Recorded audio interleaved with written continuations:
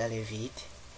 Ici dans type de données, si tu nommes pas quelque chose, donc Access va nommer le type de chat correspondant par défaut que c'est le texte court, qui est texte dans d'autres machines.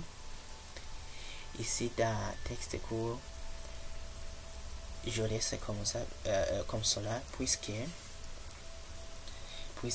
si dans le nom d'un élève est composé par des caractères. Ces caractères, ce sont des lettres. Donc je laisse avec le texte court, donc ce sont des lettres. Ainsi, une autre chose que je veux signaler ici, tu peux modifier la propriété du champ, tu peux modifier la taille du champ. Par exemple, je veux que un utilisateur, donc un élève ne peut pas avoir un nom supérieur à 25 caractères. Ici, je mets aussi prénom élève. Je mets prénom élève, prénom et par exemple. Aussi, je reste texte court. Je mets par exemple âge. Je mets âge et qui signifie âge élève. Mais ici dans âge, si je veux que on va écrire que du numérique seulement, donc je mets numérique. Je peux mettre date d'inscription, date. Je mets date inscription. Je mets date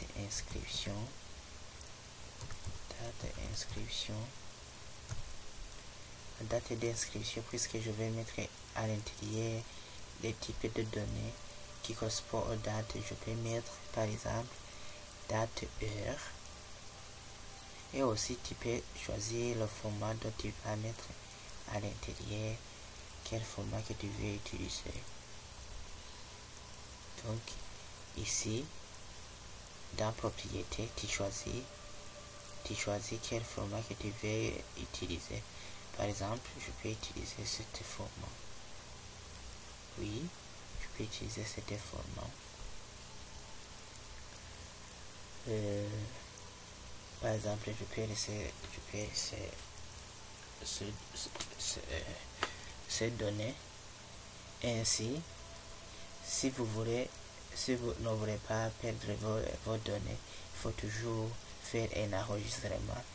Aller en haut sur l'icône qui est au deuxième niveau, donc l'icône montre un dossier, tu peux cliquer dessus. La table va être enregistrée. Je vais le donner un nom, mais ça va produire une erreur puisque jusqu'à maintenant je n'ai pas encore choisi un chat qui va être un chat identifiant, ou bien faire fermer. Donc on me demande de faire l'enregistrement pour les modifications que j'ai apportées sur la table qui se nomme table 1.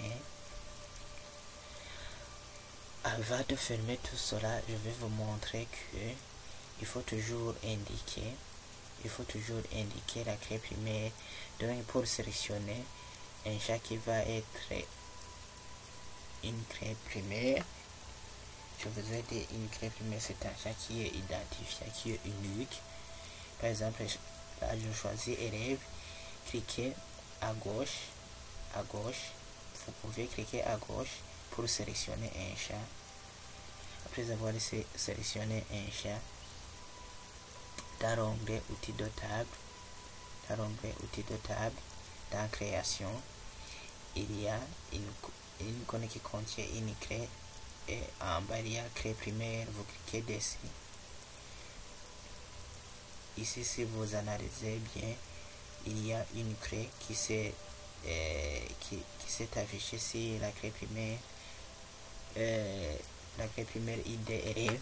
Supposez qu'on s'est trompé en donnant la clé primaire. Donc si vous voulez supprimer la clé primaire, vous sélectionnez le champ correspondant et puis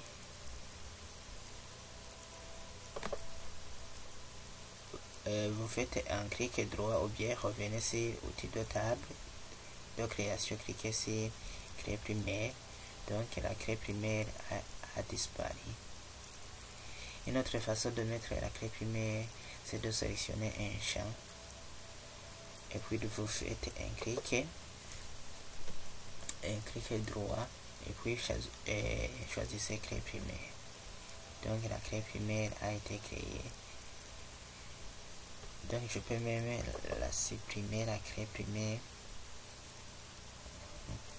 Si vous voulez par exemple que votre table contient plusieurs champs identifiés, donc plusieurs clés primaires, pour sélectionner, vous allez ici à gauche,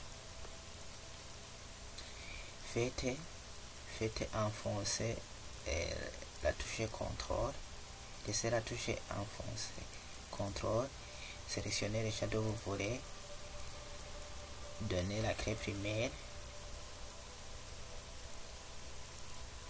et puis vous faites un clic droit comme on vient de le faire. Là, ça ne va pas marcher. Si j'aurais pu choisir ID élève et puis non élève. Non, si vous faites contrôle et puis vous sélectionnez, ça ne passe pas. Donc il faut que vous faites oui, là je corrige, pardon. On ne prend pas la touche contrôle mais la touche shift et puis vous faites enfoncer la touche pardon, vous ne prenez pas la touche contrôle mais vous prenez la touche shift, vous sélectionnez le premier élément et le dernier élément que vous voulez sélectionner en cliquant sur la touche shift en même temps et la touche gauche et un seul clic, oui, et puis vous faites un clic droit, pardon, clic droit, ça ne passe pas, donc shift et puis je vais sélectionner dans l'onglet création, clé primaire, oui, maintenant ça va, j'ai sélectionné les deux clés primaires, je peux même me décocher pour dire que je n'ai pas besoin de tous les deux champs qui sont des clés primaires. Là je sélectionne un seul clé primaire qui est ID élève et puis je clique sur clé primaire et puis je vais faire enregistrer la table. Ici j'arrive sur table 1 ou bien je peux faire comme je vous l'ai dit qu'il faut fermer la table et on va vous proposer qu'il faut enregistrer une modification qu'apporte la structure de table 1. Oui, je vais exiter et on remarque que on arrive sur le même résultat. Là je vais l'appeler table élève. Je laisse comme cela par exemple. Et je mets TB, je mets TB élève, table élève, en SM, et puis je fais OK. Mais si vous n'avez pas encore créé la clé primaire, je répète, si vous n'avez pas créé la clé primaire, on va vous proposer que il fallait que vous proposez la clé primaire la clé primaire, mais la table sera créée, mais il ne sera pas, il ne contient pas, il ne contiendra pas la clé primaire. Donc vous cliquez sur OK. Ici, je viens de créer la table en mode de création. Donc si je vais afficher ma table que je vais de créer ici dans l'onglet de navigation, je clique sur le nom de la table que je viens de créer. Ici, on voit bien que